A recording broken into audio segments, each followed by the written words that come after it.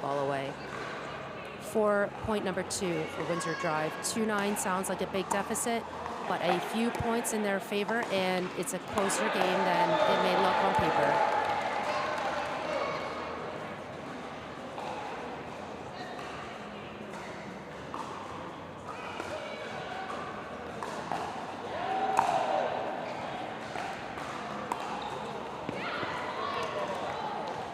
Again, Windsor Drive having some really good opportunities. It just looks like they're trying to skim the net with pure perfection. I would like to see them give themselves a little more margin like this. And eventually they are going to get the ball at the correct height, or what we just saw, that ball going out.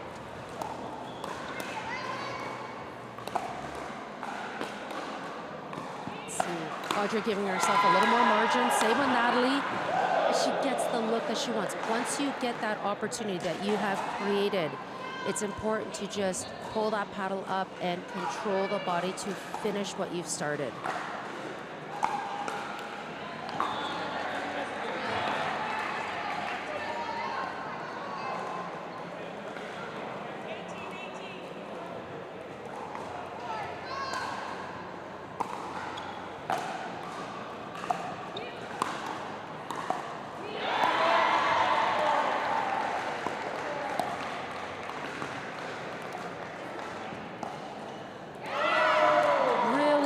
Roll from the shoelaces by Amanda Rosati.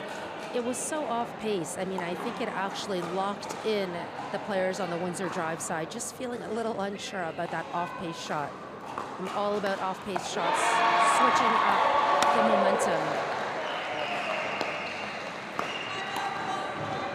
So we really see that Windsor Drive is trying to pull the Southwestern Brewers kind of from side to side, creating an opening through the middle. It's a very good strategy.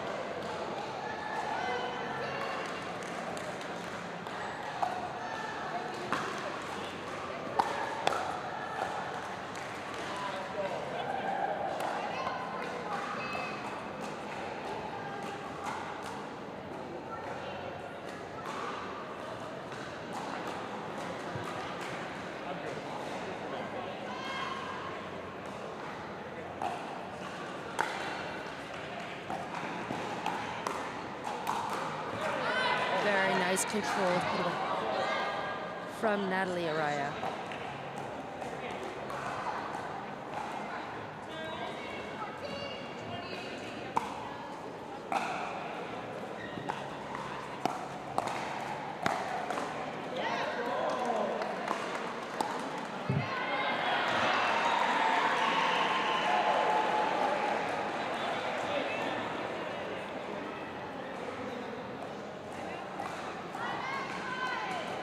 Another timeout being called by the Windsor Drive. Probably a good time to call it at a score of 16-6. That lead is quite substantial at this point.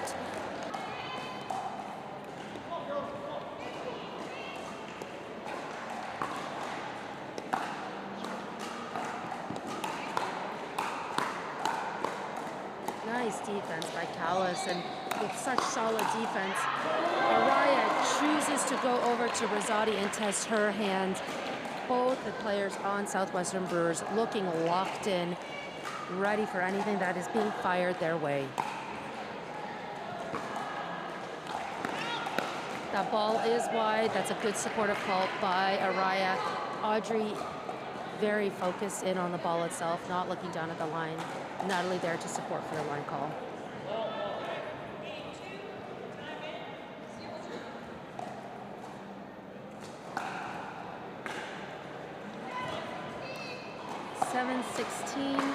Can the Windsor Drive find another gear and make a big comeback? Well, they're on their way with an unforced error by Kalist.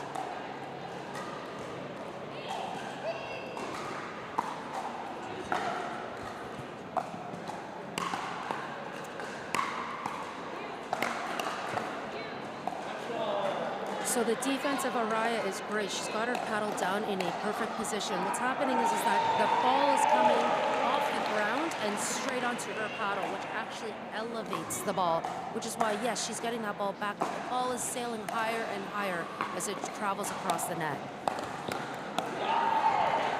Very nice footwork and court coverage by Kalist. You know, I think maybe Audrey took another out ball. We'll never know.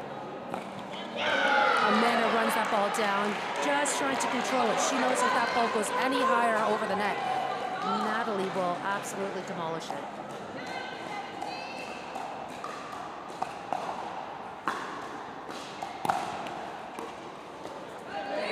Great lead.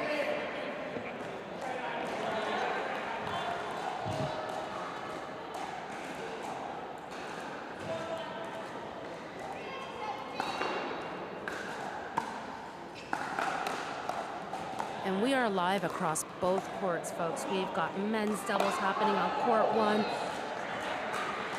And here on court 2, we are still in our first game of the day. Every match is a best of 5 games. If one team leads the series 3-0 with wins, we still play our 4th game. The only way we'd get into a tiebreak, a singles tiebreak, is when the teams are locked in at 2 wins apiece.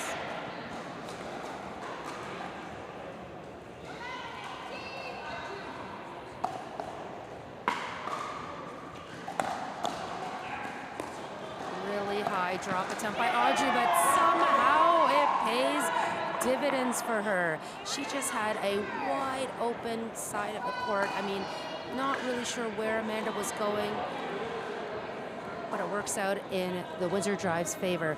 So the first time out being called by the Southwestern Brewers, I think this is the right time to call a timeout. We are seeing a slight momentum shift coming from the Windsor Drive. They are doing nothing exceptional other than allowing themselves to get more clearance over the net with their shots. They are allowing themselves to advance to the kitchen, and they are prepared to play the rally out from there. They looked a little bit impatient at the first half of the game, and now, you know, things are paying off in their favor. The pressure is now on just a little bit more for Southwestern Brewers. Great time to call a timeout. Every timeout is 60 seconds long.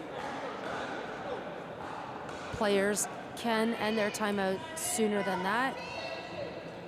Here we go. 12-18. Nice draw by Audrey. Yeah. And that angle we saw yesterday a lot. That angle is effective against Araya. She is a left-handed player. That is exposing her backhand side. Players have been getting that ball just behind her right foot, and it's looking a little bit difficult for her to defend. I think that was an unnecessary speed up by Kalist. I think she absolutely knows that and wants that ball back again.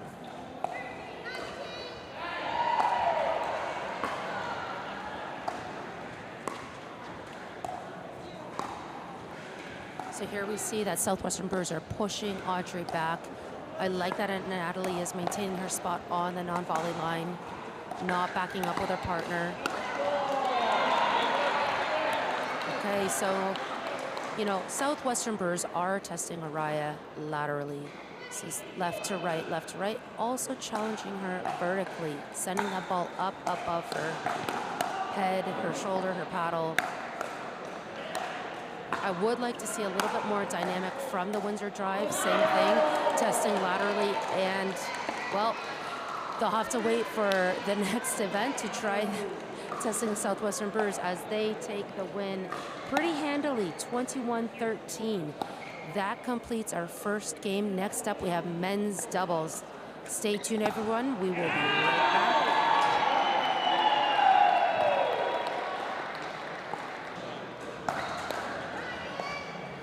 Everyone looks ready to go, and we're off. Mark with his very classic lob serve. Unfazed is Gabrielsen.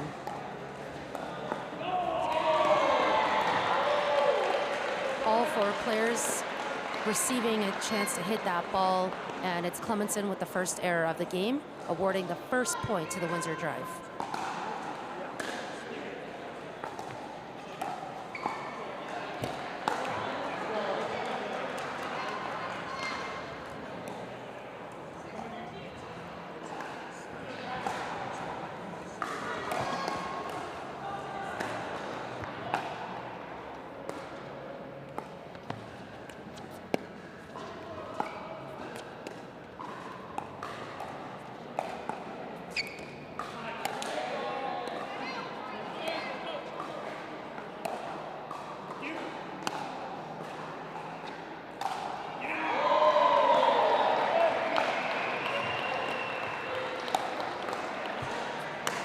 just sending that ball up high, knowing what's about to come his way, but he doesn't receive the ball. It's driven towards Jonas Dähler, and Jonas just putting a little too much mustard on his defense. When that ball comes at you in like a smash like that, you actually want to absorb impact to take away the power and the pace of the overhead smash. I see the head referee and second referee both watching the feet of Jonas there as he leans far in for that volley. Score of 3-2. And with a long and a deep return, we have 4-2. Another lob volley to Wesley Gabrielsen.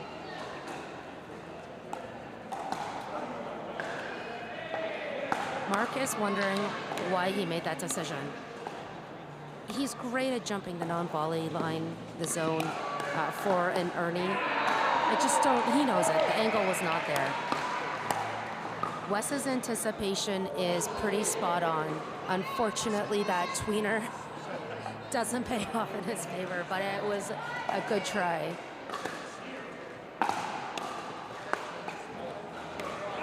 Eugene Mak looking a little hesitant on his third shot drive. Really not something that he tends to do. I think it's just maybe early morning jitters settling in. Okay, we've got some resets here. All four players at the kitchen line, engaging in some dinking, looking to set up the play for either themselves or their partner. Jonas setting it up for himself quite nicely.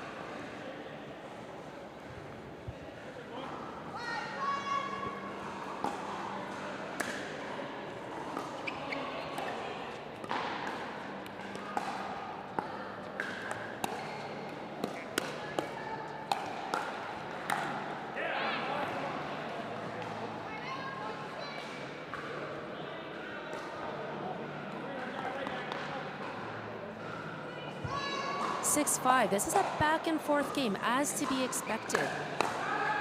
Neither team is going to give up the lead to the other, team so easily. But we have a 2-point lead here, and absolutely, Southwestern Brewers want to keep that momentum going. They would love to take a 2-0 lead as they head into mixed doubles. West digging that ball out nicely, and again. And what a touch from Mak. Jonas using the support of the wall to ease that ball over the net. Again, West being ambidextrous. He's just switching hands, switching that paddle back and forth, right and left, as he feels is needed.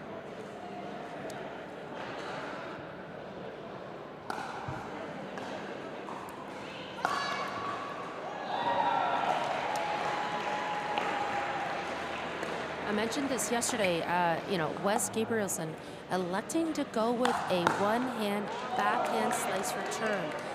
Most players who receive that kind of return will drive the ball. It is easier to clear the net when you drive off of someone's slice.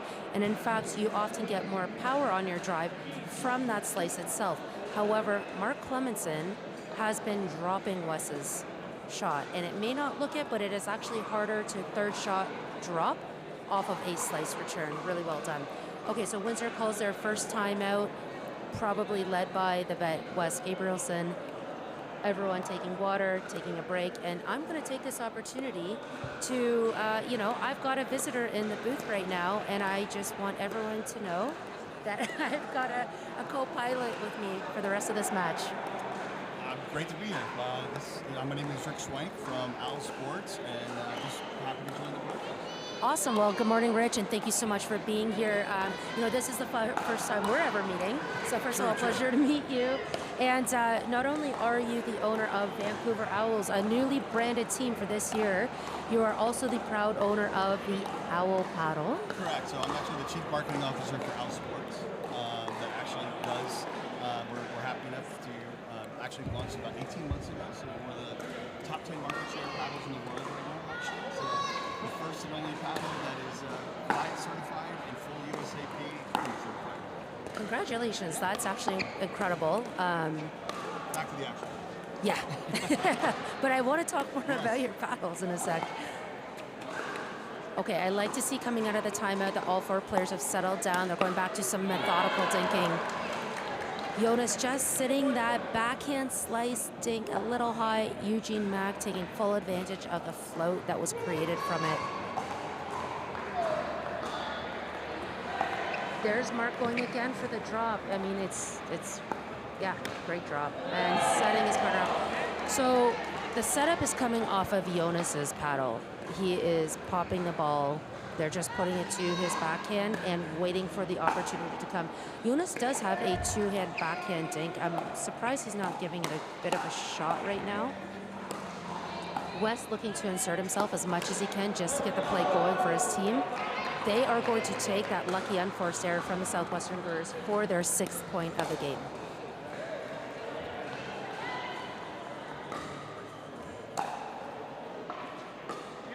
Great return, just hitting the baseline. Unfortunately, Mark going for too much.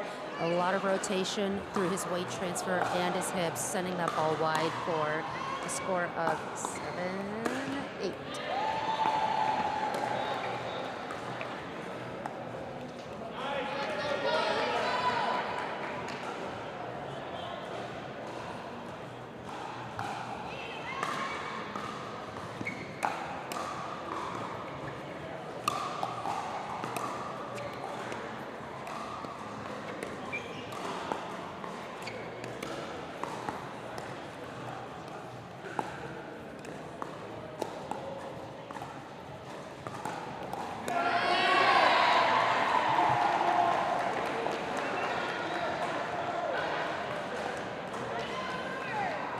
Timeout has been called again.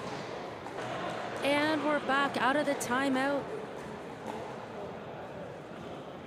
You know, absolutely words were shared between coach and players.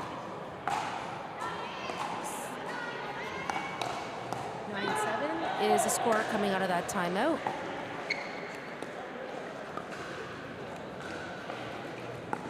There's a 2-handed backhand dink from Jonas. I was wondering when he was going to start using it. It is keeping that ball down a lot better than his one-handed. On cue. We all practice this, you know.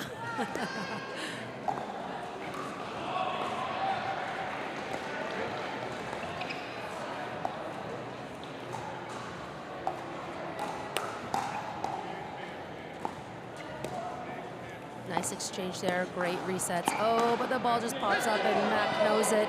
I like that Jonas went back to Mak to finish off that point.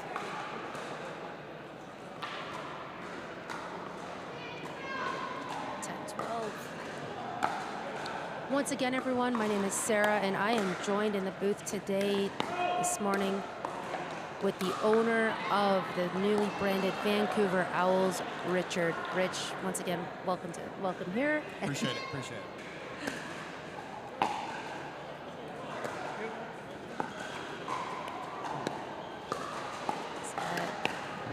Oh wow, the hand speed of Wes. Oh, and he almost gets that ATP defense. Really, it's his anticipation. He knows exactly where that ball's going, right? Yeah. Did you get a chance to watch him yesterday? I did. Yeah, hands on.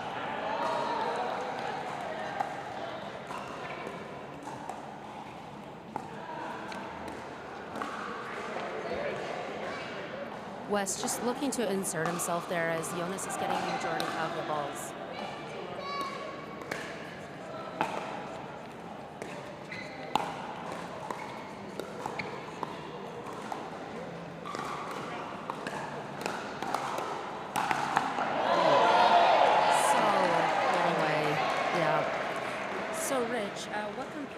To make the line of quiet owl paddles. So it's a great story. I mean, obviously, on a global level, but especially what we're seeing in the world of football sport. Noise is the biggest issue for and that's right. So many things. If you're watching the news stories in the U.S. right now, like we see the Kentucky Island, they literally banned pickleball to the entire island for development. So we were trying to solve this sport and continue to grow. Absolutely. I think you are responding to a growing, concern for people outside of pickleball, but also people within pickleball who want to play within their communities. I don't think people want to sell their houses and go to a community that does accept regular paddles. It is. It's crazy. There's studies right now, and that's what the lawsuits. There's over 5,000 lawsuits are active right now in North America for Wow. communities that want to install a pickleball court that wasn't originally built for pickleball court noise. Right. The homeowners always win because the property value is actually low. Yeah. Well, it's interesting. I've had so many conversations with other pickleball players about,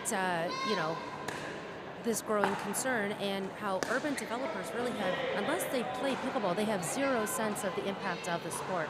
And I've also mentioned this, pickleball consultancy could be a thing, 100%. right? Yep. And actually, there are some that actually are opening up what's going on in Australia. Yeah. That is actually starting because of the noise. Right, recognition yeah, of the noise. So yeah. they know the developers and everything. They bring them in as experts with sound equipment and kind of the spacing between court and Right. residential building. And it's actually it's an opportunity for business. Well, you know what? It's something that I've honestly thought about. So I'm based right in the heart of Toronto. And there are just no courts in Toronto. This is our biggest struggle. I mean, and obviously real estate being the main factor, but wherever we do find pockets of land for outdoor courts, I mean, what really has to be considered is the density of the people, right? Yeah, it's density of people, and then it's truly, depending on your geography and everything, Yeah. all these factors play in. But really, if you're getting closer to about 500 yards, Yeah. roughly to a house, you're in a danger area, potentially having a noise issue. Absolutely. So Yeah. we're excited about it. We've put about 2 years of development of R&D, patents on all of our technology, obviously. But Absolutely. we've solved and saved pickleball in a lot of places around the world. And it's how we play. Mm-hmm. Laguna Beach in the U.S., resort areas, Copenhagen, the only way to play pickleball now that we saved it. We still can play it, so coming down. Well, that's pretty incredible. My first experience with the owl paddle, I was in actually Bahamas. I was in Nassau coaching, and one of my students had the owl, and I was dying to try it. So at the end of the lesson, we switched paddles, and I got to play a little bit with it. And I was quite impressed. And I can tell you, pickleball is absolutely exploding there, and it's the same thing. It's a universal concern. People still want to play in their communities. So Yeah, and it's about allowing people to play where they need, when they want, anytime. That's but right. obviously they want to play with it. This is a great performance about, right? So that was our biggest thing. all right, we're back from another timeout. Again, out of these timeouts, these players are choosing to get into a dinking rally, a game of chess, looking to construct a point. And Wes just giving Jonas a high five saying, there it is. This is what we need to do to start accumulating the lead.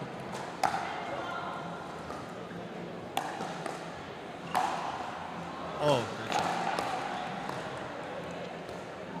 It's fun seeing this game too because there's so many young players that are coming into the sport, and you kind of have 4 relatively veterans kind of on the court here that have some experience playing in the league, which is great to see that. You don't see that often anymore. Right.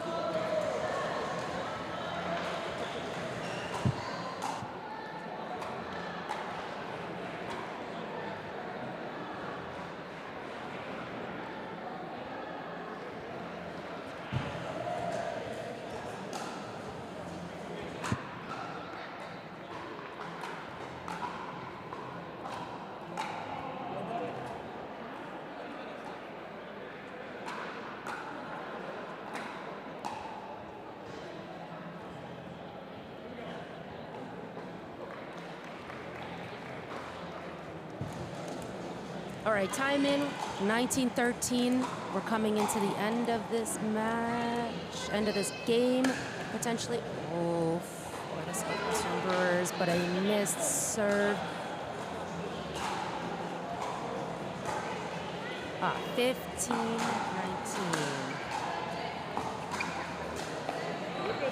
For those of you watching on YouTube, first of all, thank you so much for being here with us. We are following the score live as it's being said from the referee. We're doing a lot of lip reading, and we are also updating the score as we commentate. Great shot.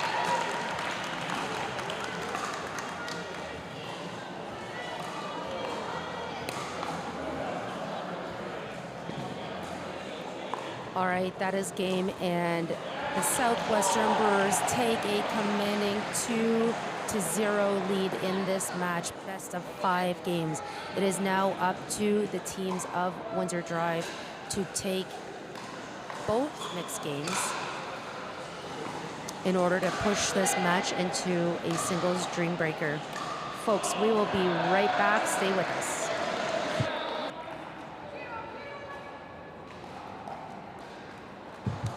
Okay, we're back for our mixed doubles game number 1. We've got our A lineup, I have to presume, on the right side for Windsor Drive, Wesley Gabrielsen and Audrey Yeung. On the left side, being sent wide and far for that backhand dink. Really trying our best to keep that ball down. It was a little short. 1-0. Kalist serving. Teammate Mark Cleminson playing the right side of the court. Slightly untraditional mixed positioning where both the men are playing the right side. This is because Wesley Gabrielsen, although ambidextrous, is left-handed. Mark Cleminson highly preferring to play that right side because of his two-handed backhand and possibly for other reasons. He just really likes playing that right side. A leaping overhead smash, 2 in a row, and that's enough for Windsor to earn that point.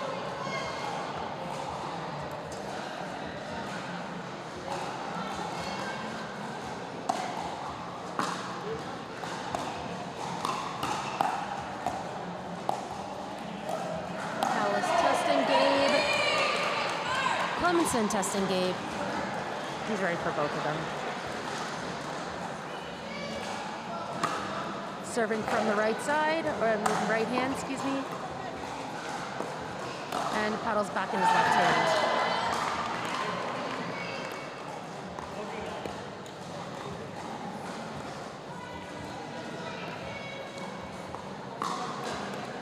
So early on, a tight score. Points going back and forth, back and forth. Nice get. Where's Mark gonna go? Mark goes right through the middle. Now he's pulling that ball wide. Great lead by Audrey, and that's a really good point from the Windsor Drive. Really pulling some momentum and some cheers from the bench. They need this game to stay alive. This is a must win.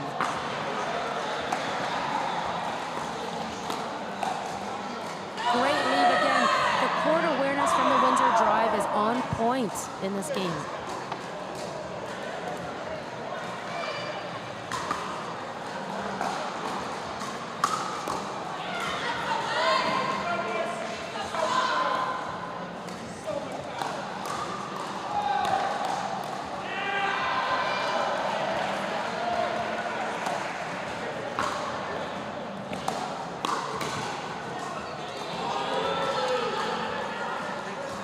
And the shout-outs are starting to trickle in. I've got someone from Toronto watching.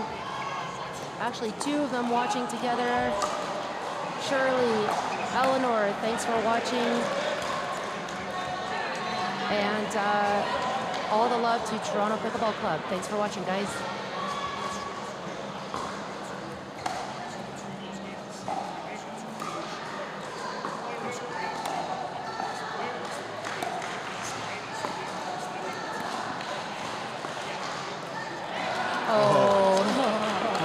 Right at the feet. Yeah. So you have a newly formed team, Rich. What are you hoping for in terms of an outcome from this weekend? Obviously, we're hoping to take every match we have, but actually, it's the first event of the season, right, for the CNPL. Yeah. So the players are getting to know each other. Really hoping to kind of get their styles bonding, really have a chance to get to play in practice sessions. We've kind of been going out every night, actually, before and after, and maximizing our time together. So feeling our styles and play and kind of what our best options are for pairings throughout the year. So I think we're settling in after yesterday. You know, we had a 1 and 2 yesterday with some 3 really, really tight matches. That's positive, yeah, that's which really is good. Yeah. Which is good. Yeah, great. Well, you know, another owner said this really well. No one's winning a championship in May. This is the opportunity to find those player combinations that you want to lock in with for the rest of the season. So I really like the first event. I mean, this is where we see it all.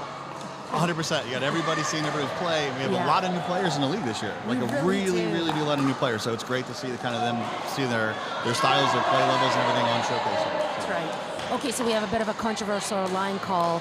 It was called out Windsor Drive challenging that line call, disputing it to the refs as they are entitled to do, and the second referee, Christine Kelly, overturns the original call for a point to Windsor. A very late line call from Audrey, very late. I mean, she let that play go on. Looking confused, I think she expected someone to make a line call, as in her partner.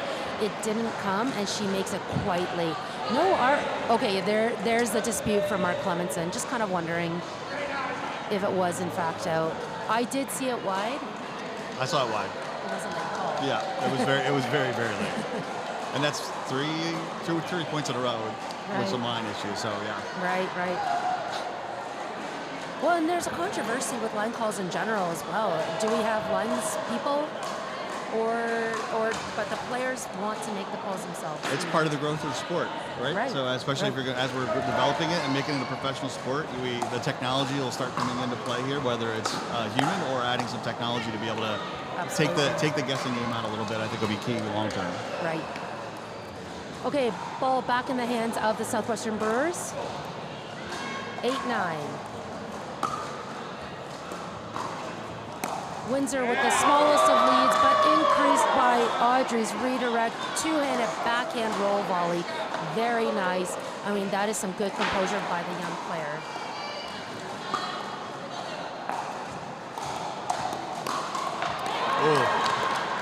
Okay, when we set up on the cross court and we drive with moderate pace and moderate height, it gives all the time in the world for that cross court player to be receiving the ball. That was a very nice way of saying that was set up for a put away. That was. I try my best. That was great. That was perfect. Cleminson is all over that attack. He's a crafty player. He really is smart with some really crafty shots. He's a studious player. I mean, I absolutely know that he breaks down shots piece by piece, players shot by shot. Mm-hmm. Yeah.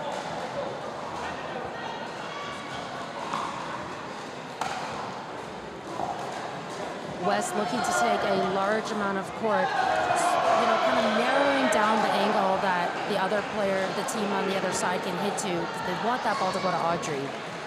But when he takes up so much court, they really, have a limited laneway. There we see it. West is in. Oh, maybe he took an out ball. Just missed. The laneway was there. Yeah, but right idea. Yeah.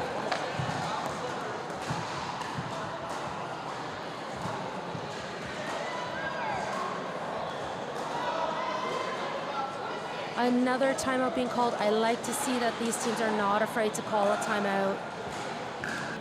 So when did you first start playing pickleball? It's funny. I'm newer joining the game. So my background is actually ice hockey. Oh, hockey. Okay, yeah. cool. So I actually used to work for Bauer. Yeah. And I played Division I hockey myself, kind of growing up. Oh, okay. And then kind of grew up. But actually, kind of with a marketing agency and marketing background that I have around the world, we actually were one of the ones that bought the APP tour. The agency I work with at Intersport. So we actually bought the APP tour about 4 years ago. And I was part of the team that kind of grew the APP tour over the last 3 to 5 years with Ken Herman. And I was going to say. Yeah, Ken Herman was the OG at the time, and we kind of stepped in and kind of You purchased off of Ken? We bought it off of Ken, yeah. So Intersport Marketing actually was the agency that kind of came in and did it. The background, production, everything you see with technology, because Intersport runs like some Final Four basketball game productions, NFL productions, and things like that, PGA Tour. So able to kind of bring that to the table and elevate the product overall for APP. So then I got all into pickleball, full time, everything at every level. You're all in. All in, Rich. all in. From the productions, they got a sponsorship and growing players and everything across the board, and bringing the spotlight to the sport. Well, thank you for helping to develop the sport that we all love. Yeah, and that's why I'm excited to be part of the CNPL, and we're going to do the same thing here. Yeah, that's fantastic. Yeah. All right, checking back in.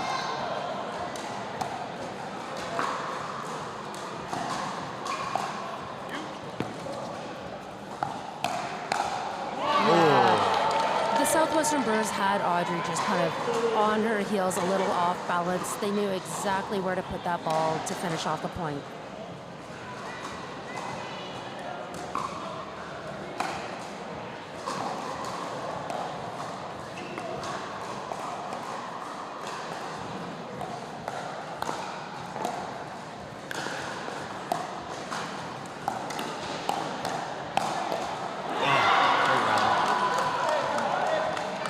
I think that Audrey's feeling a little bit of pressure at this time. Wes doing his absolute best to get involved. 14-13, another lob serve by Cleminson. Cross-court third shot to Audrey. Everything is going to Audrey. They are being relentless right now. There it is again. Good response. Yeah, finding her laneway. I mean, Mark's okay to probably give up 1 or 2 points there because, you know, she's going to try for that again, and it's not always there. That said, they know that ball's going right back to her every time. Stepping up. 15-14. Drive with the lead. You know, Kalist is just taking her eye off the ball for 2 plays in a row.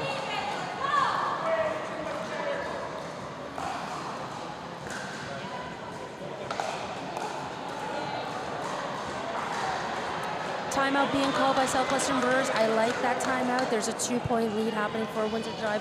This is a must-win, so they are on high drive. I did not mean to follow up on like that. That was perfect. That was perfect. And folks, we have a full lineup today, so you know we're just getting going with this first match. Coming up on this court, we've got the Northern Lights, another newly branded team versus the defending champs, Montreal Lions. That is going to be fireworks. I cannot wait for that match. I will have another guest in the booth.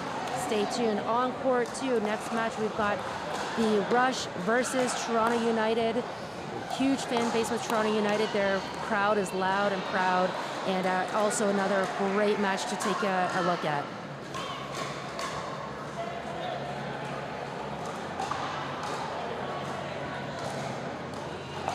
And we are coming back in.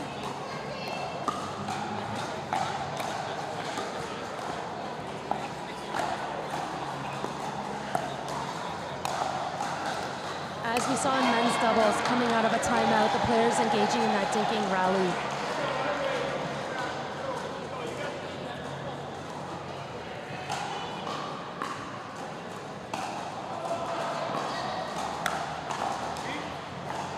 Big drive, nice controlled overhead by Wesley Gabrielsen.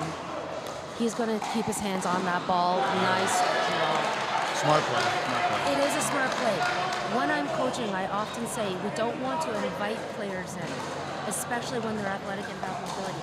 The difference being here is Wes held on to the timing of that ball, looking like he could volley and put pressure back onto the baseline, and then it had Kalist questioning where he's actually going to put that ball.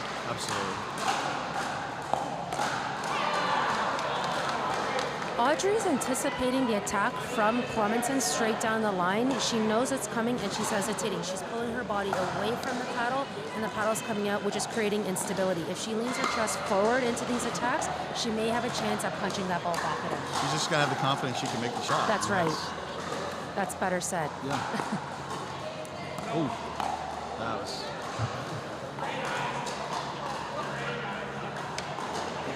An out call made by Audrey Yeung. Cleminson did not agree with it. He questioned the ref. The ref stayed with the call.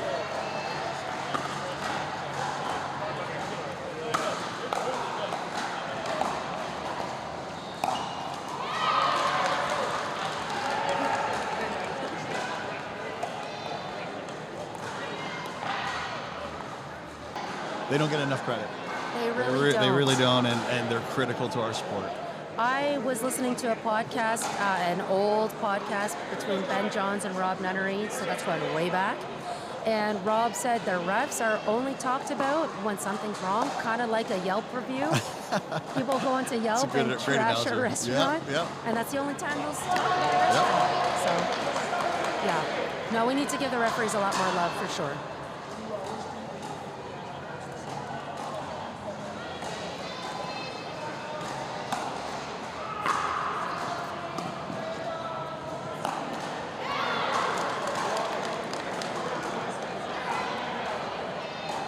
Mark putting his hand up to apologize for that body shot, showing some respect. Respect to the name, which is Wesley Gabrielsen, Hall of Famer.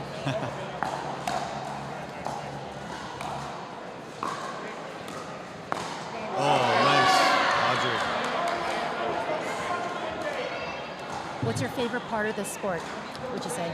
Wow, I love my favorite part of the sport outside of the professional side, just pickleball in general, is it's such an incredible and unique intergenerational sport where you can literally have someone that is a 16-year-old or 18-year-old coming up, and they can have a really good game with a 60 or 55-year-old that's a pro player or something like that. They can go head to head, and that is very, very unique in the world that you can have that many generations together and have a competitive sport going. I fully agree with you, Rich, and I don't want to take away from this fantastic rally that's going on. But in one of the timeouts, and that's the game, and the Windsor Drive stay alive. Wow. Coming into the next mixed game with a score of 1-2 overall. This is awesome. We want to see more pickleball. We want a dream breaker. Shout out to Cam Taylor. We want a dream breaker. Say it with me. Folks, we will be right back.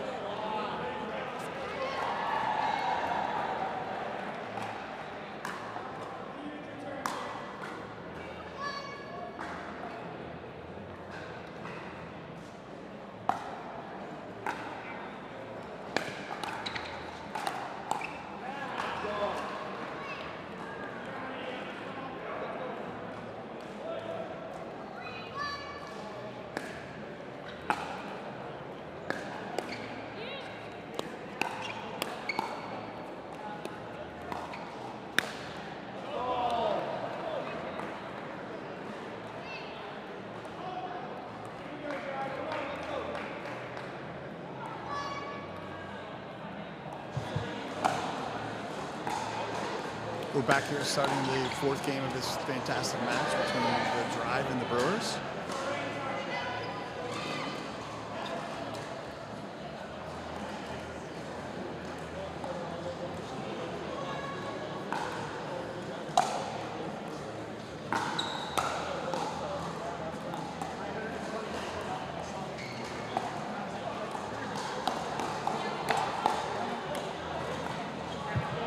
Oh, great hands.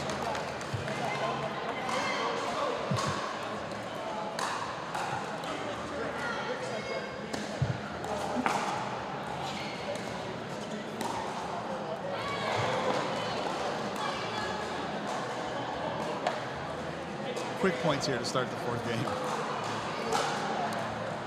And I'm sure that's concerning for the Windsor Drive. You know, they really need to make sure that the Southwestern Brewers are earning every point, not kind of rewarding them with some high shots or gifting them with some high shots. No surprise to see an early timeout there. 100%. What do you think that the bench could possibly say to this team who often plays together? What could they say to change the momentum of this game? I think a lot of it is, we did the same with the Owls yesterday. We were going through some of these. So I think a lot of this is the players get too into the individual points, and they get too focused on what's happening. And I think the biggest thing is take a pause. One of our players like Armand, you know, a young player that's kind of coming in, take a pause. Don't worry about what happened in the last 3 points. And they kind of dwell and focus on what that is. It's like, turn the page. Start today. As soon as you walk back out on the court, it's a new point, and what's ahead of you is wide open. And you know you have the talent, you know you have the play, that's why you're here. And just go do what you do and do it well. I like that. And it's just too many people think about what's happening in the situation of where you're at. Focus on what's happening right now. Focus on the next point, and then hit the shot you need to hit. Well, and I think, like, in summary, you're saying is, like, stay in the moment, be present 100%. for the rally itself, right? Yeah. Don't think about the end goal or what your team is trying to achieve overall. You know, the grind, the work that you're doing for the team is actually just to play one rally at a time. It's one shot. Yeah. It's one shot at a time. One shot literally changes the game and goes to the next one. So it's a single shot. Well, let's see what kind of tactic the Windsor Drive decide to employ after this timeout. We have a slight delay of game. It looks like head referee Andrea Blackwell taking care of some business. getting things done. She is a Canadian, like a former national high-level basketball player, Andrea Blackwell. She is. She's looking out for her players. They are doing a production shoot with the light, and I think there was some issue with the light coming right at the drive players with the angle of the play. Rich, how many Dream Breakers did your team get into yesterday?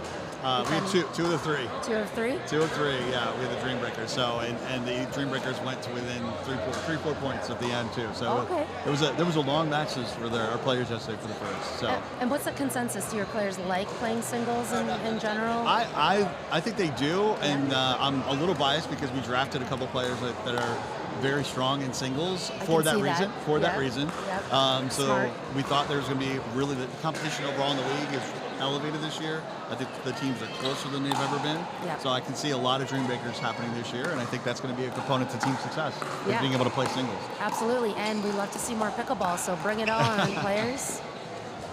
Oh. Yeah, you know, Jonas, I thought that was a smart leave. I mean, that had a lot of topspin though, stays in. 8-2, that lead just continues to increase for the Brewers. They're feeling pretty comfortable and cushy right now with this lead.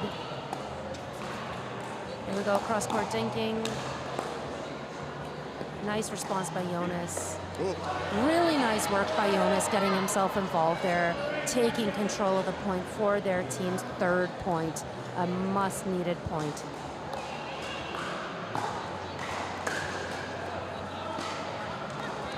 This is how much Southwestern Brewers want to send that ball to Natalie in the tiniest laneway of her right side. And that goes back there again. They're not really hiding what they're trying to do here. They're not so much.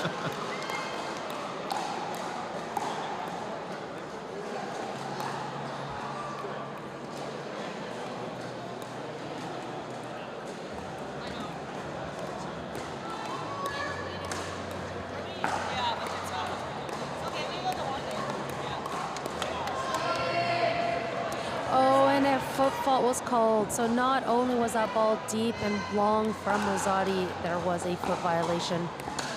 2 reasons why the Windsor Drive earns that point. Mak is questioning something here. I don't think the ref called ready for serve.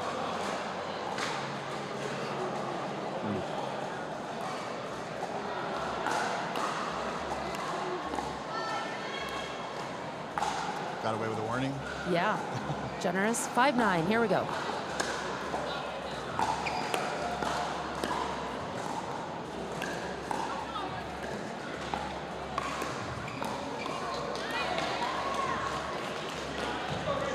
Yeah, and Natalie is struggling a little bit to hit these resets for her team.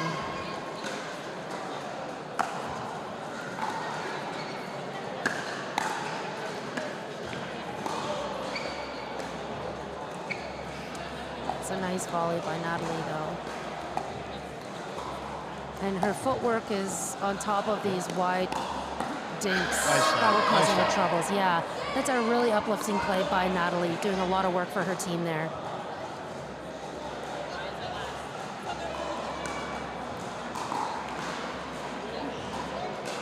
Oh, but a missed serve, and that one stings. That one definitely stings.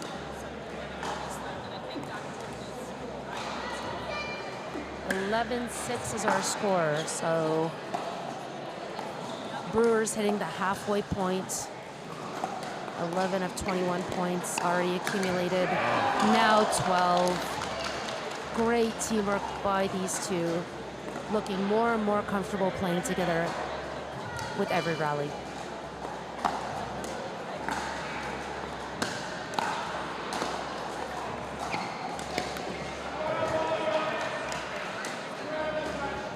Yeah, and sometimes Mak is showing that he's going for just a little bit too much.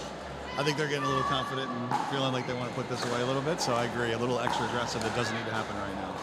Yeah, especially when, unfortunately, the driver making it quite easy to accumulate points as well. Agreed.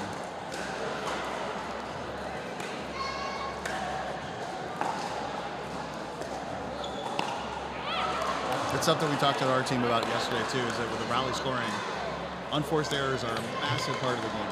Like, don't be the team that gives 3 points. I mean, Right. just keep the ball in play. Like you don't have to hit a winner on every one of these, but an unforced error can really crush your game. I see that a lot more actually in women's doubles where the offense is being forced more so than in men's. Men's rallies, I saw this evident in season 2 as well. Far more dynamic. We'll talk about point construction a lot more with men's doubles rallies. Not sure why that is. I haven't figured that part out. It's just what I'm kind of seeing as a viewer. But ultimately, we never want to gift a point to the other team. We're trying to earn the point, right? Yeah. For example, the serve is in rally scoring. When I mean, that is just an absolute killer. You're putting a bow on it, and it's a momentum shift and everything, and it's a point. That's a brutal. That's right. It's just way too easy. The same with the missed return. Yeah. Yep. But that comes back to the golden rule, like something I'll say to someone entering the game: never miss your serve, never miss your return. It still applies in traditional sport. Absolutely, and in games like this, it's again talent's so close, things like that. You can't afford to give points away. You just can't. Absolutely. All right, we got time in. What can the Windsor Drive do to save this match, get themselves into a dream breaker? Oh, we see actually a side switch between the players of the Windsor Drive. Natalie being... Switch something up. Yeah, I mean, why not? She is a left-handed player, so that means her backhand is in the middle of the court, forehand down the line.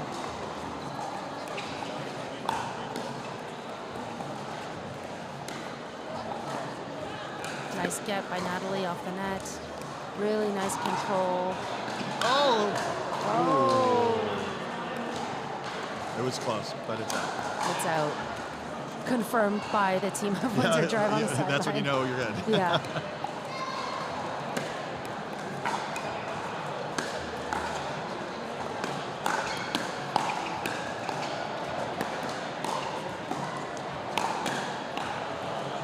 Great rally. Really great rally. And this is the kind of rally that Araya feeds off of. Unfortunately, though, she set up that for Eugene Mak to just put away on Jonas.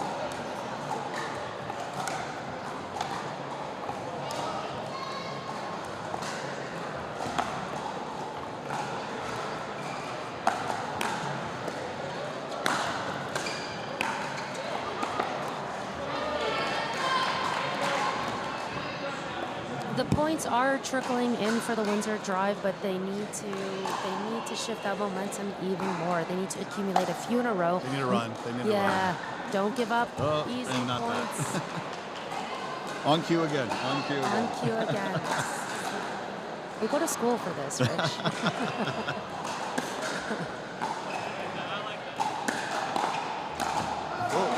A little aggressive. I think she channeled her inner Mark Cleminson.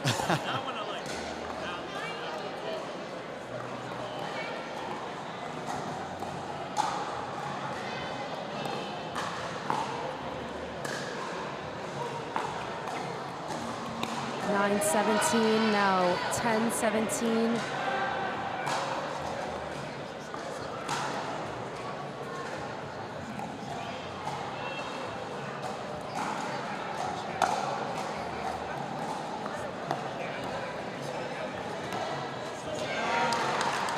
Yeah, so that's where shifting Natalie over to the left side is a bit of a gamble, exposing the middle with her backhand. And so when it comes to covering the middle of the court, there's not as much intuitive confidence coming from a left-handed player when their backhand's in the middle. A little surprised she didn't go in with a two-handed backhand on that, but I mean, overall, it does seem like Jonas and Natalie are playing a bit of a guessing game, trying to figure out the puzzle, trying to settle in. Eugene and Amanda looking pretty comfortable.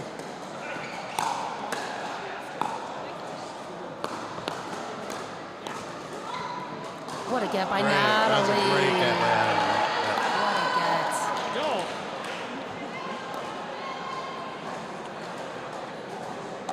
get. And just a reminder, the next match coming up here on Court 2, being streamed live on YouTube, that's going to be the Northern Lights versus the Montreal Lions. I hope you stay with us. That's going to be an electrifying game, folks. Just like that over at Smash. Timeout being called by the Southwestern Brewers. They got a run here, 1912, right? Yeah. Yeah. Anything can happen in pickleball, right, Rich? 100%. It's always fun to see the new gear and the new team branding too, like what everybody has. The team kits this year, Yeah. they're looking sharp. We've got some returning kits like the Prairie Pronghorns, the Southwestern Brewers. They haven't changed up much. I think Toronto United has stayed pretty much the same, but absolutely. I mean, I think your jerseys, the Vancouver Owls, they look sharp. I didn't know the connection between your paddle brand and the team itself, and I thought, there's like infringement concerns here. And Luckily, the infringement was my own, right? yeah, exactly. So we're all good there. But yeah, I do like the owl logo quite a lot. With the V and the Vancouver, it all comes together. Yeah, nice. Yeah, true. A lot of blue. A lot of blue are kind of colors like that neon blue. We're on the ocean there in Vancouver, right? So a little bit of the ocean and sea kind of plays into our coloring. And then you'll see the team has a little bit of new things coming in with a little bit of the owl, kind of the snow owl is the Canadian snow owl is kind of our mascot a little bit too. So you'll see some camouflage, like snow camouflage here later through the year too. Okay, well, very thoughtful designs by the sound of it. And let's see some thoughtful play as we go into kind of the end of this game, which could potentially result in the end of this match. Or will Windsor Drive find another gear? I'm not sure. I think this just brought them to match point. Yeah, I believe so. Listen, all four players have faced pressure, on-court pressure before. It's a matter of who can handle those nerves.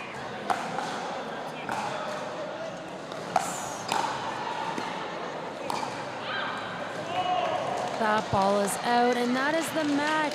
Southwestern Brewers coming out on top with a score of 3-1 overall. Windsor Drive have some work to do, piecing things together. Listen, we're in the first event central split of this season. Lots of time to figure things out.